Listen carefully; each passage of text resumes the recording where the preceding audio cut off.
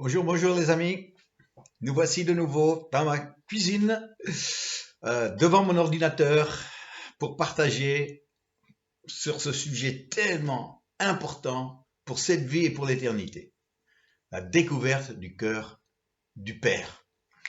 Avant de commencer notre réflexion sur un verset aujourd'hui, j'aimerais vous rappeler que dernièrement, j'ai sorti mon 4e livre qui s'intitule Les 100 paraboles de Jésus. Oui, c'est bien moi, l'auteur. Et vous allez dire déjà peut-être 100 paraboles, il y en a autant que ça. Ben oui, il y en a autant que ça. Si vous comprenez bien comment nous pouvons comprendre et classer les paraboles. Je crois que vous allez trouver ce livre stimulant. J'ai mis comme sous-titre comme vous les en avez jamais lus. Parce que j'essaie d'apporter une autre dimension à notre compréhension des paraboles que souvent on connaît bien, mais est-ce qu'on les connaît? Pas sûr. En tout cas, c'est un livre qui est vraiment pas cher. Je crois que vous allez le trouver en ligne pour autour des 18 euros. Il y a 376 pages, vous le voyez en grand format. Donc pour vous rapprocher de mon éditeur, il suffit d'aller en ligne et de faire édition, foi et victoire. Édition, foi et victoire. Et là, vous allez trouver commentaires, études, vous cliquez dessus, vous allez trouver mon nom, vous cliquez dessus, et là, vous allez trouver le livre.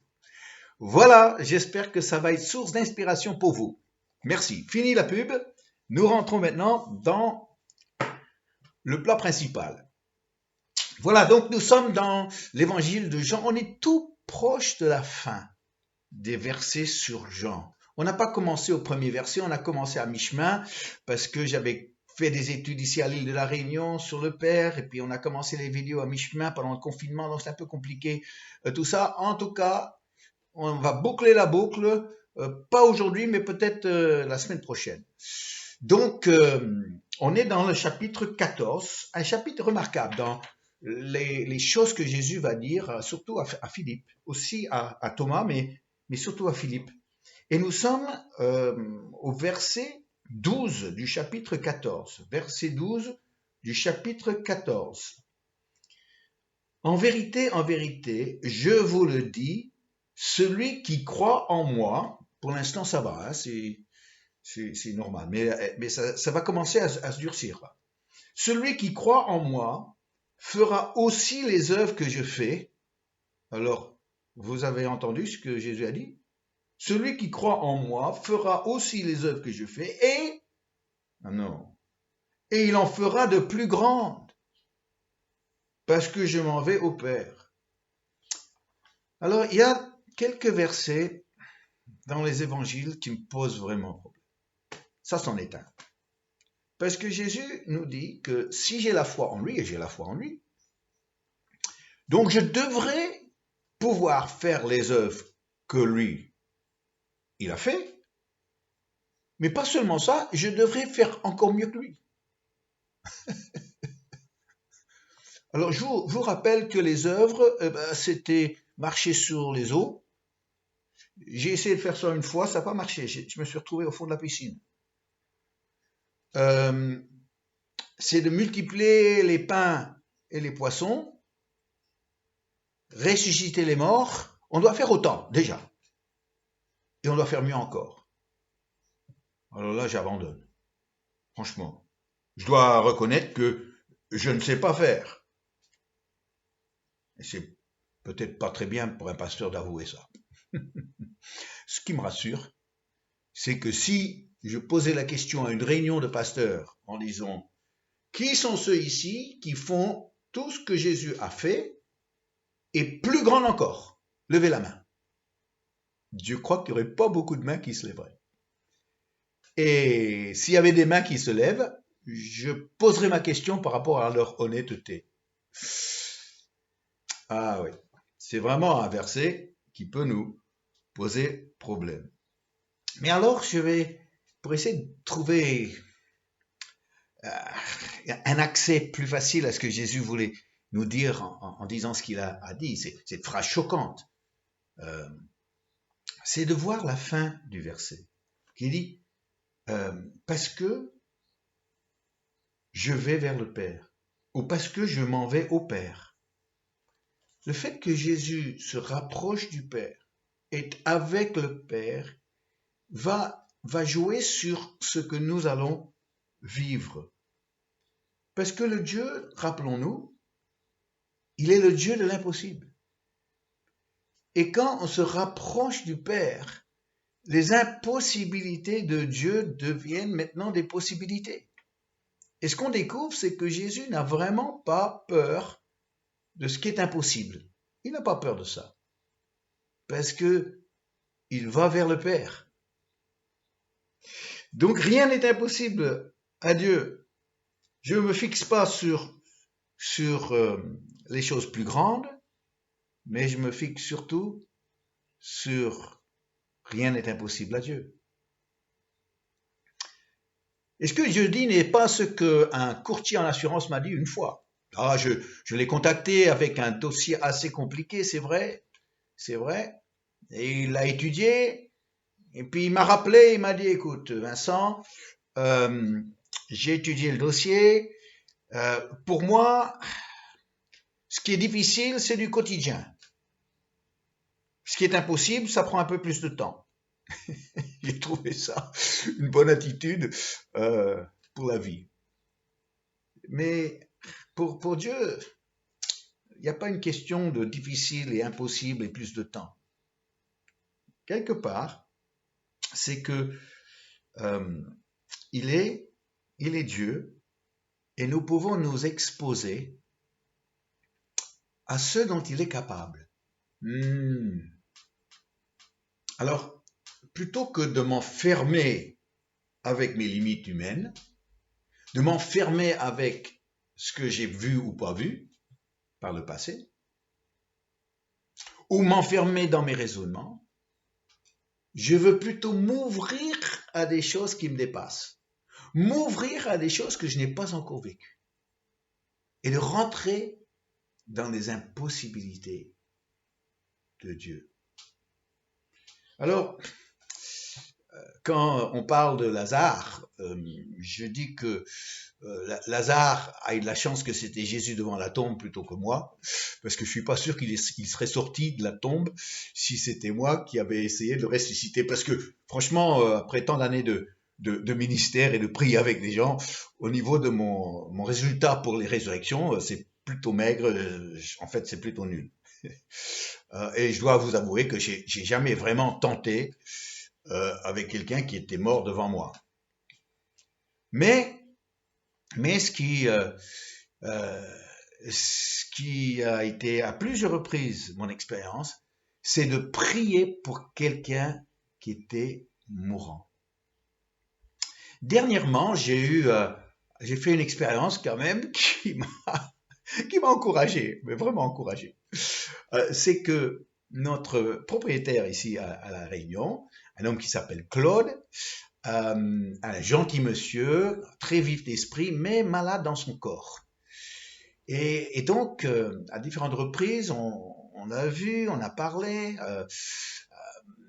C'est vrai que cette maladie, ça dure des années, puis on l'a vu tout doucement baisser.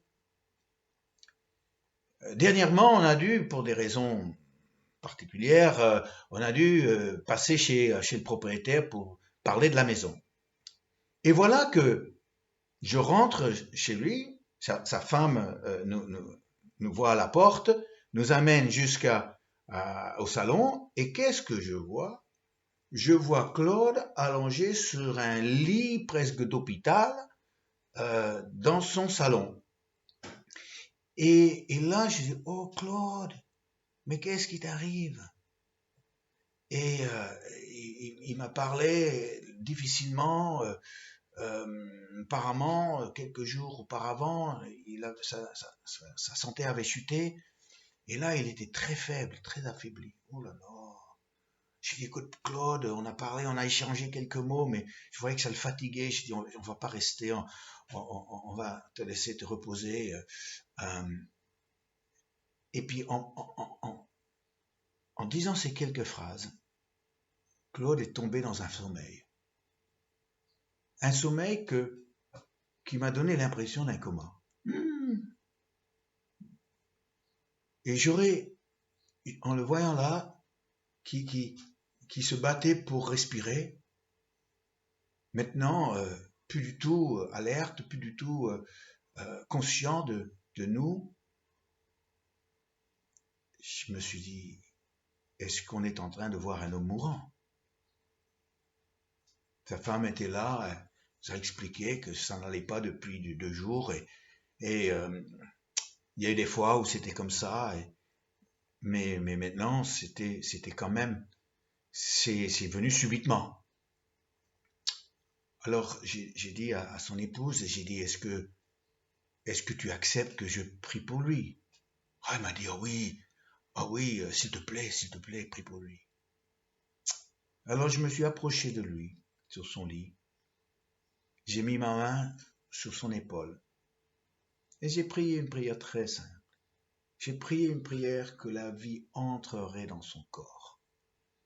Que la vie détruirait tout ce qui est faiblesse, détruirait tout ce qui est maladie, détruirait tout ce qui est mort. Que la victoire de la vie sur la mort se manifesterait au nom de Jésus. On a terminé la prière.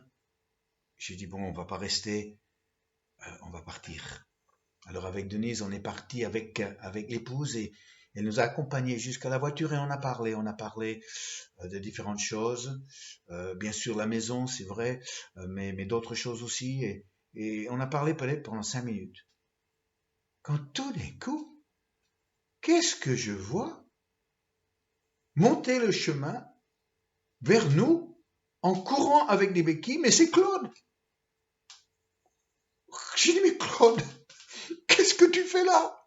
Denise, elle pensait que c'était son frère. C'était pas possible de voir cet homme qui était dans son état, qui tout d'un coup maintenant arrive en courant avec des béquilles. Et je lui ai dit, mais Claude, qu'est-ce que tu fais là? Il m'a dit, je suis venu pour vous dire au revoir.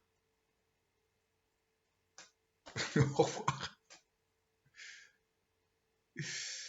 On était sous le choc, Denise et moi. On est rentré à la maison, où on a dit, aujourd'hui, nous avons vu un homme ressuscité. Il n'était pas mort, mais je crois qu'il était mourant. 3 jours plus tard, j'ai appelé son épouse. Et j'ai dit, au fait, il est comment Claude maintenant, quelques jours après? Elle m'a dit, mais il va bien, il va bien. Elle a dit, c'est certainement la prière. J'ai dit, je crois oui, hein. Je crois oui. Et après, je me suis dit, oh là là, bon, Jésus a peut-être fait mieux que ça, mais j'étais content quand même, c'était pas mal. Ah oui. Je vous parle de ça, c'est exceptionnel, c'est vrai. J'aimerais vous dire que pour chaque personne pour qui j'ai prié, ils ont été guéris, ils sont pas morts, mais c'est pas le cas. Mais ce que je peux vous dire, c'est quand je focalise sur, parce que je m'en vais vers le Père, plutôt que sur les plus grandes œuvres que j'ai faites. Ça veut dire que je me focalise sur les impossibilités de Dieu, le Dieu de l'impossible, le Dieu des miracles. Et c'est cette dimension de miracle que Jésus a voulu nous faire connaître en son nom, qu'il a voulu que nous découvrons aussi, comme lui, il a exercé, il a fait ses œuvres, que nous aussi, nous puissions nous vivre, peut-être à une moindre échelle, je le reconnais, mais quand même de ne pas vivre une vie chrétienne sans miracle, de ne pas vivre une vie chrétienne sans les impossibilités de Dieu, de se rappeler que rien n'est impossible. Rien. À Dieu. Et c'est pour ça que régulièrement je me rappelle que je peux m'attendre tous les jours d'avoir quelque chose de la part de Dieu, quelque chose de la part du Père qui dépasse tout ce que je peux faire moi. Et je veux vivre dans cette dimension de miracle, que ce soit un coup de fil qui arrive, que ce soit une rencontre, que ce soit quelque chose que je n'avais pas prévu du tout, mais quelque chose où je peux dire là, Dieu a signé le Dieu de l'impossible sur ma journée. Pourquoi pas essayer vous-même de faire l'expérience, de commencer à vous mettre dans cette configuration de miracle, de dire je crois au miracle, je crois que c'est un Dieu de miracle, je crois qu'en Jésus, les miracles sont encore possibles, les grands mais aussi les petits mais aussi les grands. Et aujourd'hui, je libère pas seulement ma foi, mais mon attente d'un Dieu agissant dans ma vie. Oh, ça devient une vie passionnante. C'est une vie de foi qui dit, comme on l'a déjà dit à plusieurs reprises dans cette série, Jean 5, 17 a un verset tellement important pour moi.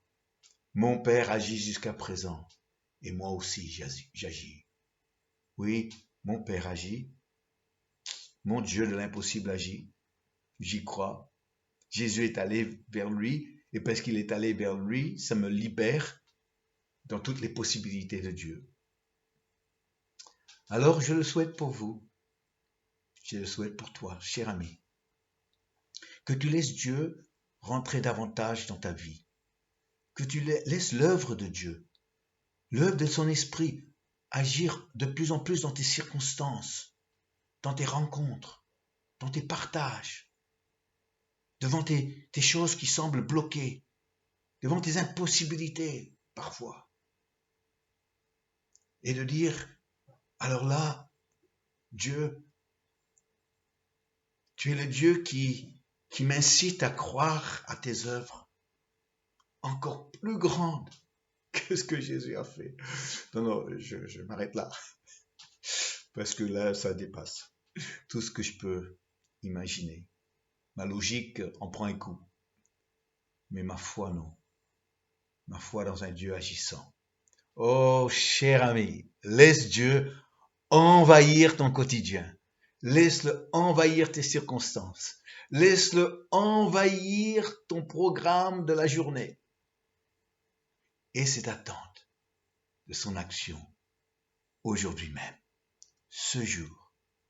Oui, ce jour que vous avez devant vous. Amen. Alors j'ai un petit chant qui parle de miracle. Ah oui. Et de temps en temps, avant de prier pour les gens, pour la guérison, pour les besoins qu'ils ont, quand ils ont besoin d'un miracle, je vais chanter ce chant qui me prépare et qui les prépare aussi à recevoir de la part de Dieu. Je crois au miracle.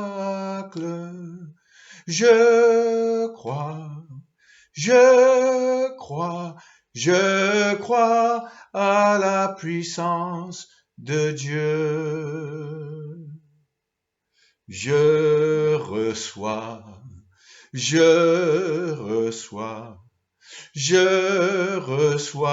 mon miracle. Je reçois la puissance de Dieu. Quelle belle déclaration de foi. Je crois au miracle. Je reçois la puissance de Dieu. Amen. Et si on prie avec foi ce matin pour ce Dieu de miracle dans notre quotidien. Père, ce matin, c'est ces promesses, comme on a lu aujourd'hui, qui nous incitent à croire que l'œuvre des miracles, l'heure des miracles, n'est pas finie. Qui nous incitent à croire que tu es toujours le Dieu de miracle dans nos vies, dans notre quotidien, dans nos dossiers, dans nos actions. Que tu t'intéresses non seulement à nous, mais tu t'impliques et tu fais des choses qui sont carrément impossibles. Combien de fois on a pu en témoigner? Combien de fois on a pu dire, mais il y a un truc dingue qui s'est produit. C'était Dieu, je ne m'attendais vraiment pas à ça. C'était incroyable ce qui s'est passé. C'est le Dieu de miracles qui se manifeste de nouveau.